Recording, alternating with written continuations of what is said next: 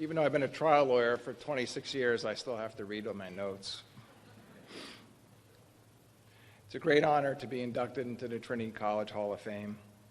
As my wife Jill told me last week, there's not many people get recognized for many of the great things we've accomplished in life, so I'm grateful to be recognized for my 4 years of basketball here at Trinity.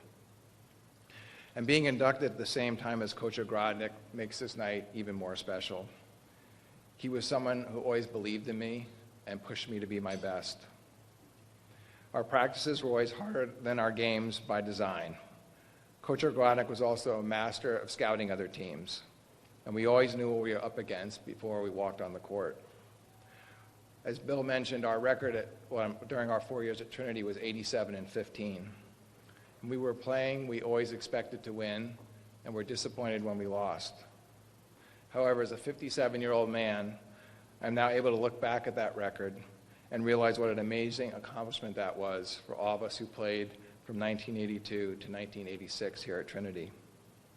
I've lived on the West Coast since 1998 and currently live in a suburb of Portland, Oregon. As I mentioned, I've been a trial lawyer for the last 26 years, which in many respects is similar to competitive basketball, because when you go to court, as on the basketball court, somebody wins, somebody loses. We lost my dad several years ago, but I know he's looking down on us tonight and would have been very proud to be here at my induction. He started coaching me in the first grade when I was growing up in Queens, New York. And though he was working in New York as a banker, he and my brothers would make the trip up to Trinity to see as many games they could, often on a weeknight. He commuted from New Jersey into New York and then come up to Connecticut and then go back to New Jersey and then go back to work the following day. I'm also thankful to have a lot of my family here tonight. My wife Jill, my younger brother Doug, my aunt and uncle from California are well represented by the West Coast, as well as many of my teammates, and I attribute that to the fact that Coach Ogrodnik got admitted tonight as well, and I'm appreciated for him for drawing some other people in, including Mike Donovan, Tom Fitzgerald, Bill Fall, Tommy King, and Jimmy Bates. I wish that my two sons could be here. My older son, Matt, is working back in Portland, and my younger son, Sam, is a sophomore at the University of Redlands, and he's getting ready for his second season of Division III basketball. I've always had the good fortune to have great coaches, including Coach Ogrodnik, as well as great teammates. Starting back in the 7th and 8th grade, my coach, John Glaus, used to smoke cigars at practice when that used to be acceptable to do.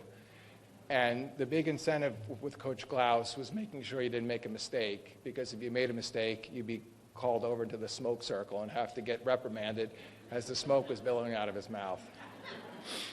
My high school coach in Montville, New Jersey, Rich Vyosevich, was a first-time coach my junior year, and he put a tremendous amount of effort into all of us, including driving us to basketball camp each summer. Since I was never one to pass the ball to a teammate, unless I absolutely had to, I relied heavily on people to get me the ball. Our point guard in high school, John O'Reilly, was a tremendous player and great floor general. John and I had the good fortune to attend the 5-star basketball camp in Pennsylvania and play against some future NBA players, Walter Berry, Len Bias, and Del Curry, who I actually taught how to shoot that week. And there were many other NBA players there. And it was at this camp that I actually saw for the first time what vertical leap meant and realized I didn't have one. When I arrived at Trinity in 1982, I was welcomed by the established players I mentioned before, Jim Bates, Tom King, and Kerry Sullivan, who were all juniors at that time. But they welcomed me in and appreciated what I could do to help the team, even though I was 6'5" and about 180 pounds, dripping wet at that point. It was helpful also to have someone like Tom King to defend me when the other teams tried to knock me around, and I just referred them to my older brother, and he would handle it for me. Back in the 1980s, the NESCAC conference didn't allow the basketball team to go to the NCAA tournament.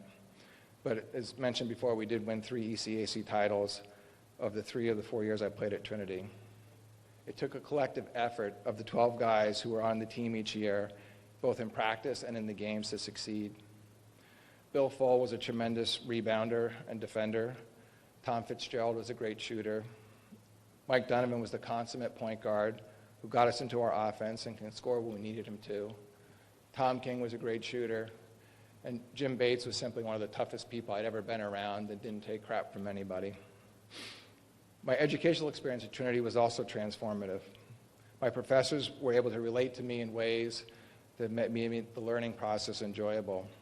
I took a philosophy of sport class from Professor Highland, who had played basketball at Princeton with Bill Bradley. His class helped me explore the nature of play and get a deeper understanding of why play was so important in my life. Another memorable class was American Economic History with Professor Gunderson. He had us write a one-page paper after we'd studied for about a month, and the beauty of that is every word had to mean something. The transition to life after college was somewhat difficult because I had been playing basketball since I was 6 years old and greatly missed being part of a team. I initially worked in New York City for Chubb Insurance and vividly remember sitting on the steps of the New York Public Library, eating what they call a dirty water dog, and feeling sad that when that November came around, I wasn't going to get to go to practice or play games or be around my teammates anymore. And it was that moment I began to reflect on how great experience I had at Trinity, both as a player and as a student. I was able to continue playing competitive basketball until my late 40s for the Multnomah Athletic Club in Portland, until my left Achilles decided I needed to try something else. We would travel to play other clubs on the West Coast and play one national tournament each year. And the main difference between college and playing with that team in my 40s was we could afford to eat a steak dinner on our own. I also had the pleasure to coach youth basketball for about 14 years because our sons are 7 years apart. During that time, I ran an average of 2 practices a week and coached well over 200 games. My playing experience in both high school and in college with Coach Grodnick allowed me to help a lot of kids become better players and people. Several years ago, a number of my teammates and I came back to Hartford to celebrate the naming of the Trinity basketball court for Coach Grodnick. While I had not done a very good job of staying in contact with many of my teammates, we had an instant connection once we were all back together again. And at its essence, that is what being part of a team is all about. Having a group of guys that supported each other and united in a common goal to be the best team we could be. Some of us stayed in the alumni housing that weekend and ended up hanging out in the kitchen with Coach Grodnick until late in the night because we always had another story to tell. In closing, I'd like to congratulate the rest of the class of 2020 and personally thank Coach Grodnick for all he did for me and the many other players that came through Trinity during his 27 years here. I would also like to thank my teammates because an individual award like this for someone who played a team sport is only possible because of the collective effort of our team. Thank you for this award. I greatly appreciate it.